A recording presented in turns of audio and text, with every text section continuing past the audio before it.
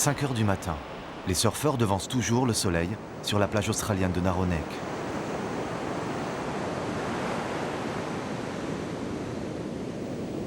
Il y a une caméra au-dessus de la plage et j'ai regardé les vagues sur Internet avant de venir tôt ce matin.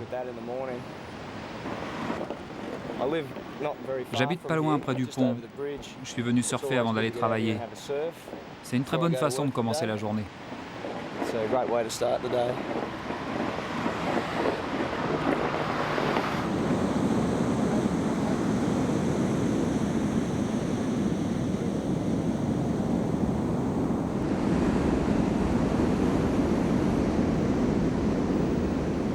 Depuis l'hiver dernier, les surfeurs de la Gold Coast australienne ont fait de la plage de Naronek un de leurs rendez-vous favoris.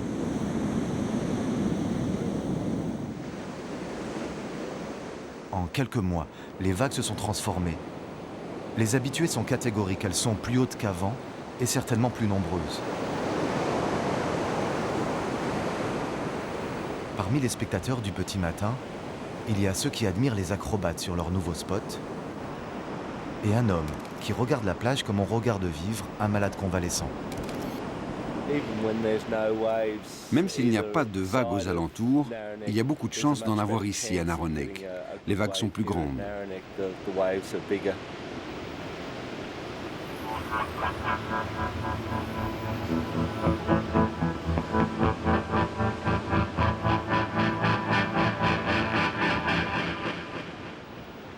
Sauver la plage en mauvaise santé et redessiner les vagues pour y surfer.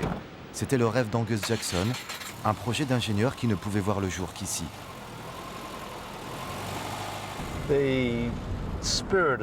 L'esprit de la Gold Coast et de Surfer Paradise, c'est le surf.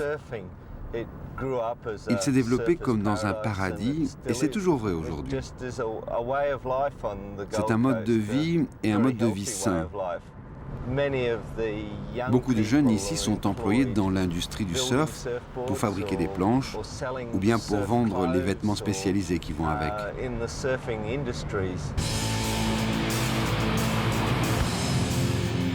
Dans le pays, la Gold Coast a un surnom, on l'appelle la Floride australienne.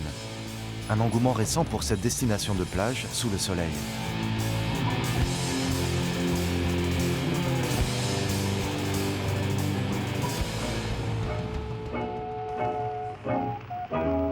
Dans les années 40, il n'y avait qu'un seul hôtel, le Surfers Paradise.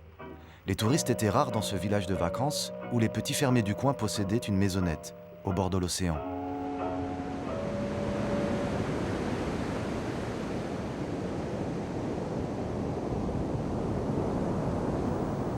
Aujourd'hui, il y a certainement plus d'hôtels qu'il n'y avait de maisons à l'époque.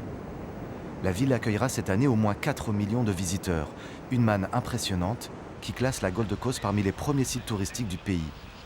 Un colosse économique, mais un colosse aux pieds de sable.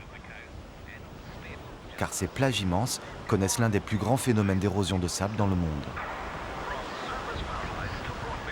Les vagues en emportent chaque année plus de 500 000 mètres cubes et obligent la ville à reconstruire ses plages et à les surveiller sans relâche.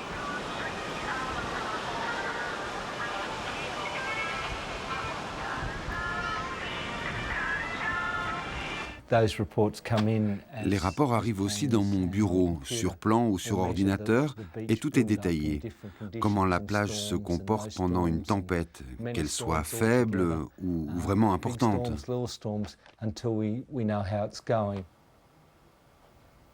Spécialiste de l'ingénierie côtier, Angus Jackson met la dernière touche à son projet en s'appuyant sur une source d'informations inestimable. 30 ans de données et d'analyses qui décryptent tous les mouvements du littoral. À la pointe de la recherche mondiale, les scientifiques australiens ont démonté le mécanisme des vagues et percé le mystère de leur formation. Une vague est le produit d'une conjonction d'innombrables éléments. Elle apparaît quand la houle stable devient instable et déferle. Chaque vague est donc unique. Comprendre sa brève existence demande des années de travail. Cette recherche phénoménale s'est imposée brutalement au cœur d'un été insouciant.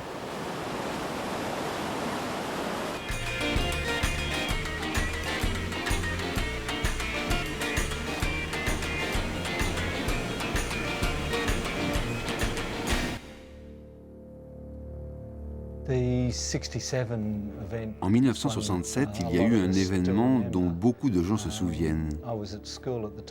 J'étais à l'école et j'ai passé plusieurs semaines à remplir des sacs de sable pour protéger les propriétés comme celles de mes parents qui se trouvaient en bord de mer. Il y avait des vents très forts avec des vagues de 12 à 13 mètres de haut. On n'oublie pas ça. Et je me souviens de certaines maisons qu'on avait déplacées pour éviter que les vagues ne les emportent. On avait entassé des centaines de carcasses de voitures le long de la plage. Malheureusement, le barrage n'a pas fonctionné. Elles étaient trop légères et ont été emportées. Depuis cette époque, la ville a investi beaucoup de moyens pour éviter de perdre son tourisme. Elle est très active pour la protection du littoral et pour ne pas revoir ce qui s'est passé en 1967. On s'est toujours battu pour garder nos plages depuis le fameux cyclone et notre projet va dans ce sens. Protéger la plage et par la même occasion améliorer le surf. Il y a 4 ans, la municipalité a choisi son projet parce qu'il présentait une double fonction. La construction d'un récif artificiel capable de fixer le sable sur la grande plage et un site de surf permanent. Ces centaines de sacs de 20 mètres de long allaient créer 2 vagues et un couloir central pour y accéder. Unique au monde, ce projet a fait l'objet de milliers de calculs sur ordinateur avant d'être testé avec succès en laboratoire.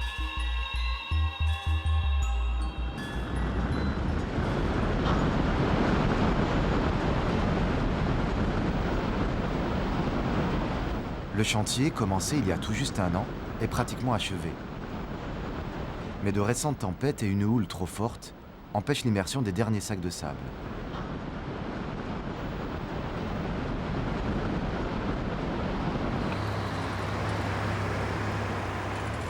Les vacances scolaires débutent pourtant dans 1 mois. Toute la ville se prépare et les 60 000 chambres d'hôtel sont déjà réservées pour l'été australien. Le compte à rebours a commencé.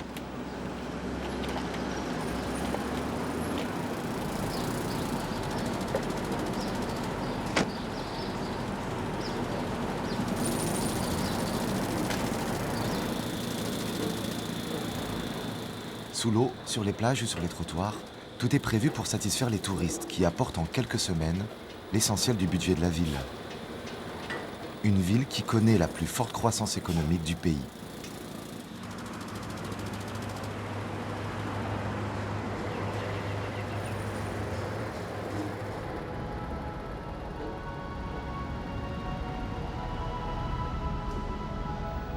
Angus Jackson informe régulièrement Gary Beldon, le maire de la Gold Coast, de l'avancée des travaux. C'est son conseil municipal qui finance le coût de l'opération. Au total, plus de 2 millions de dollars américains. On voudrait que notre récif soit fini aussi vite que possible. C'est important parce que la plupart des touristes viennent pendant la saison d'été. Et ce sera encore la foule cette année. On a calculé que chaque dollar investi dans la préservation de notre environnement en rapportait 70 fois plus. Et cet investissement est vital pour l'avenir de notre ville.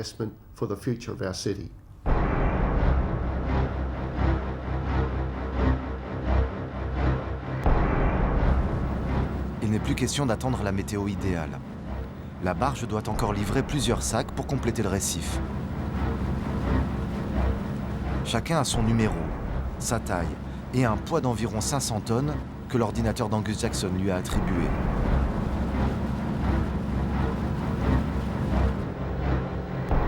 C'est au nord du récif que l'équipage du Faucon vient pomper le sable qu'il injecte ensuite dans des sacs résistants aux tempêtes.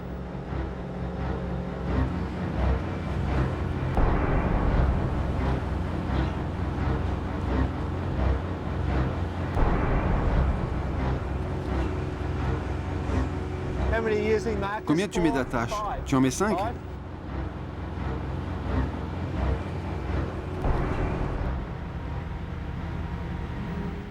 Ça, c'est le navire qui entre dans la zone du récif. Tu peux voir que la cible est très petite. L'échelle est à 39 mètres. Et avec les conditions météorologiques, c'est vraiment compliqué de réussir son coup. Ce sac, c'est quel numéro? Le numéro du sac, c'est le Sud 325.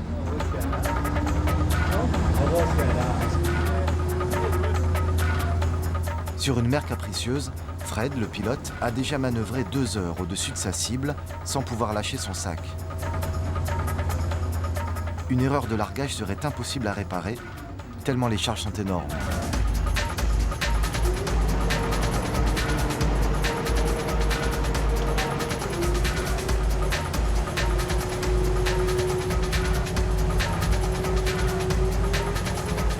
Cette fois-ci, le sac Sud 325 rejoint sans grande difficulté les 380 autres numéros qui forment le récif.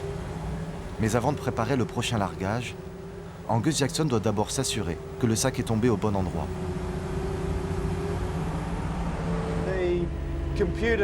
L'ordinateur ne ment jamais et régulièrement on plonge après pour jeter un coup d'œil et pour vérifier une fois de plus.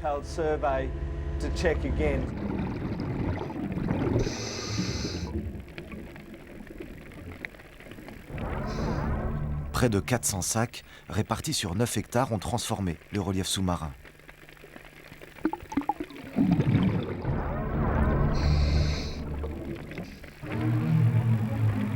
Pour la première fois, un récif artificiel de cette ampleur a été pensé par l'homme dans ses moindres détails, jusqu'aux mailles de ses sacs, idéal pour que la vie s'y accroche.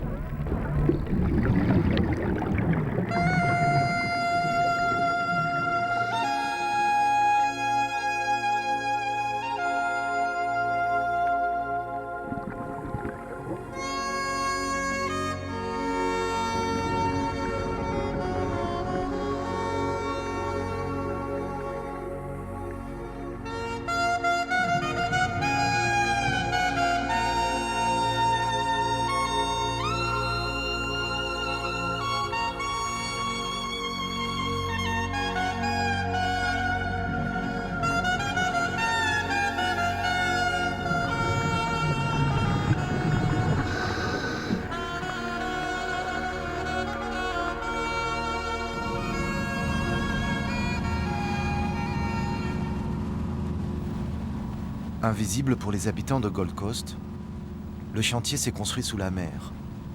Mais chacun en ville peut déjà constater que la plage résiste.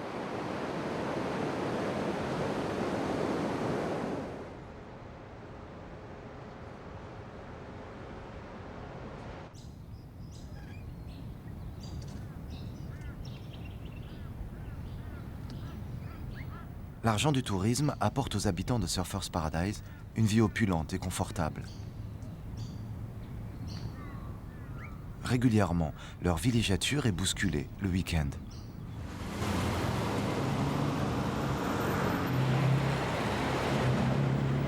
Dès le samedi matin, toutes les plages de la Gold Coast sont envahies par les baigneurs, toutes, excepté celle de Naronek.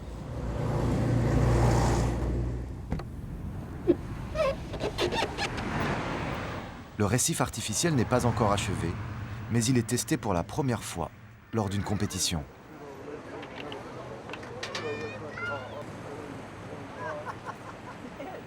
Aujourd'hui, la houle n'est pas forte. Mais sur les 35 km de plage, Naronek est le seul endroit où les vagues se décident à porter les surfeurs.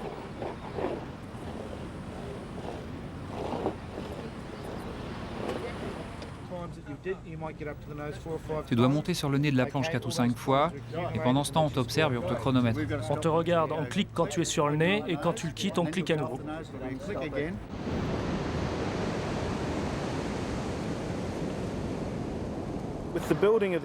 La construction du récif artificiel ouvre de nouveaux espaces pour surfer sur la Gold Coast. Et on est sûr qu'avec le succès de ce récif, on va en construire encore d'autres dans l'avenir.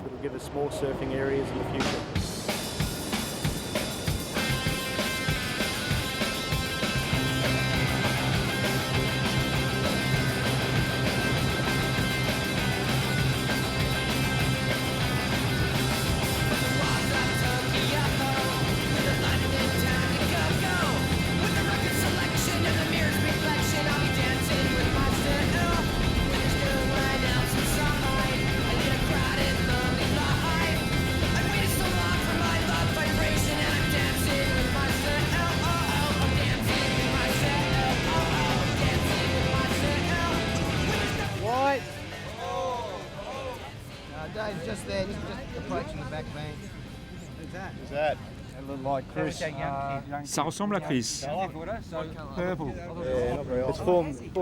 Si le récif ne marchait pas, les vagues se casseraient au-dessus des sacs. Tout ce qu'on voit d'ici se forme à partir du récif en dessous. Quand ça fonctionne, c'est vraiment bien. C'est bientôt fini. Encore un peu de sable.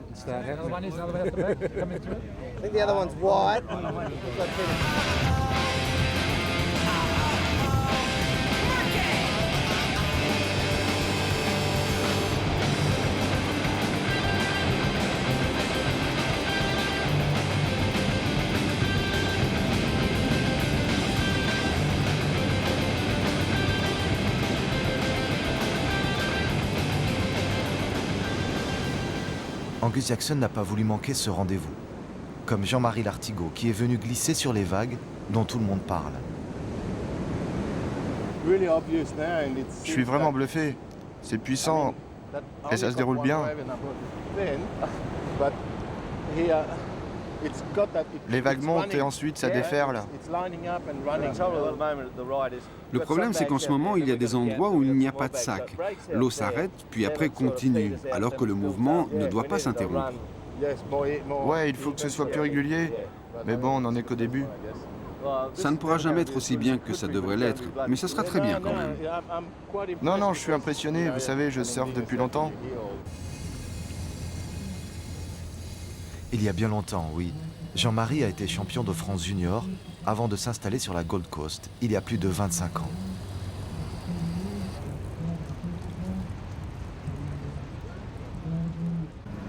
Je ne sais pas combien de fois j'ai surfé ce spot particulier, mais c'est la première fois que je vois vraiment l'effet des sacs en sable qui ont été déposés, et je suis sûr qu'avec de l'expérience, ça va certainement marcher beaucoup mieux. Et ça marche déjà. La preuve, c'est que ce matin, j'ai vraiment remarqué que les vagues se déroulaient vraiment le long comme un récif. Et il y avait une espèce de courant qui est caractéristique des récifs. Enfin, il faut en faire, quoi. Il faut les fabriquer. Jean-Marie ne restera pas pour la remise des prix. Pour lui, le plaisir du surf n'a plus grand-chose à voir avec la compétition.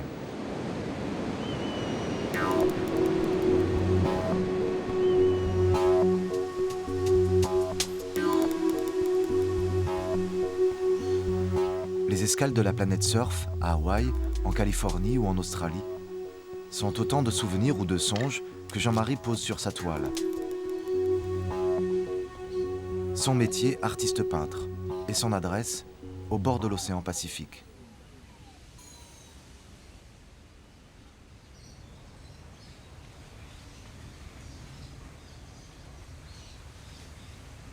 Quand je suis arrivé, je n'en croyais pas mes yeux. Ce qui fait la qualité des vagues, particulièrement dans cette partie de la côte d'Australie, c'est une succession de pointes. Et chaque fois qu'il y a une pointe, les vagues et les houles tournent autour comme un éventail, et c'est ce qui fait ce qu'ils appellent, entre guillemets, le point surf. C'est un truc qu'il n'y avait pas en France. C'est quand même les vagues sont quand même un phénomène de la nature qui est certainement un des plus spectaculaires, que ce soit à 10 cm ou à 50 mètres de haut. Ça change de couleur, ça change de texture. Quelquefois c'est parfait dû à la texture, d'autres fois c'est parfait dû à la couleur. Enfin, c'est quand même, pour moi, ça a été ma fascination depuis que je suis gosse.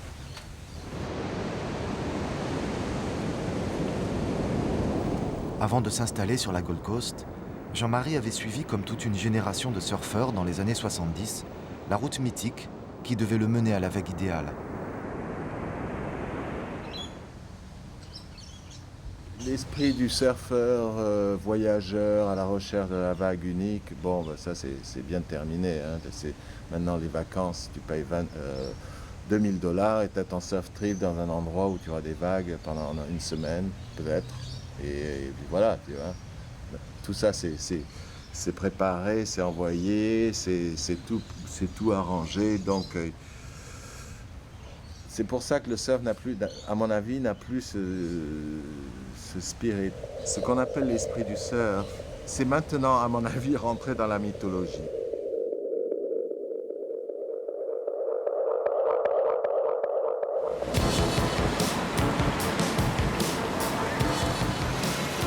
Le surf spirit de l'époque a maintenant l'éclat des néons de la ville. C'est un nouveau paradis, celui de la consommation que l'on propose aux touristes.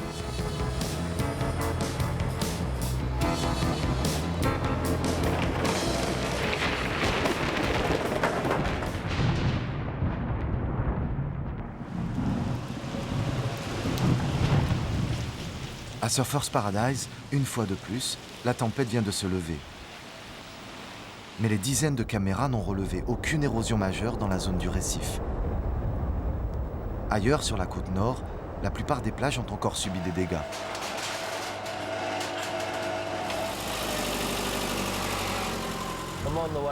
Je suis en route pour Noosa Heads. Là-bas, ils ont un problème d'érosion continue qui affecte leur principale industrie, le tourisme, comme chez nous sur la Gold Coast.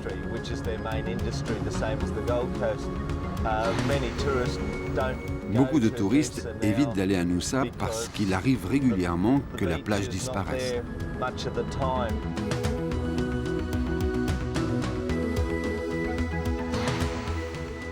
À 300 km au nord de Gold Coast, la côte est creusée par les vagues. À Noosa Heads, la ville a décidé de stopper le pompage du sable des rivières qu'elle injecte sur la plage. Un gouffre financier et écologique sans fond, puisque la municipalité renouvelle l'opération chaque année.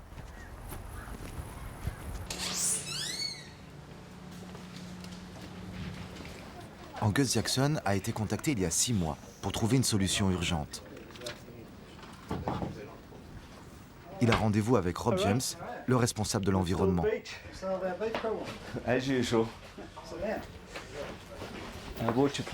J'ai rapporté les plans. La prochaine étape, c'est de présenter les plans à la communauté et de finaliser l'accord et de se lancer dans la construction. C'est facile. Ouais, ce ne sera pas aussi facile, Angus.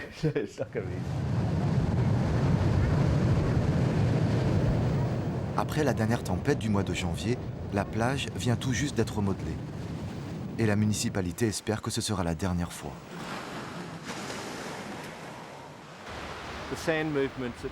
Les mouvements de sable à Noosa sont très complexes. Ce n'est pas simplement une longue plage avec du sable. C'est comme une femme, avec ses humeurs changeantes. Parfois le sable bouge de cette façon, d'autres fois non, et d'autres fois il s'accumule et il se déplace en différentes directions. Et il faut donc concevoir une solution qui prenne tout cela en compte. Les Australiens sont très pointilleux quand il s'agit de marier les grands travaux et l'environnement. En cas de problème, l'État a exigé que tous les sacs de sable soient dispersés. Mais Angus Jackson n'y pense même pas. On est à peu près ici. Bon, là, on a une zone où on peut nager. Une fois que le récif sera construit, on aura un lieu de baignade idéal pour les familles. On aura la possibilité de nager jusqu'au récif et d'attraper les vagues, et il y aura 2 breaks de surf. On s'est mis d'accord avec les surfeurs du coin pour ne pas toucher aux vagues qui existent déjà. C'est pour ça que le récif s'arrêtera avant. Les anciennes vagues ne seront pas touchées. Entre Gold Coast et Noosa, il y a une compétition. Quand la plage de Noosa n'est pas bonne, les populations de la région de Brisbane vont à la plage à Gold Coast et alimentent l'économie locale là-bas. Récemment, les plages de Noosa avaient mauvaise réputation et les gens qui venaient ici ont déserté pour la Gold Coast. Dès que nous soignerons la plage, les gens reviendront et cela fera marcher l'économie locale. Et une partie de cet argent retournera à la plage. Tout ça marche ensemble. Noosa aura son récif artificiel l'année prochaine. D'autres remparts de sable se multiplient sur les côtes australiennes, où on a sans doute trouvé un nouveau moyen pour se protéger et pour maîtriser la mer.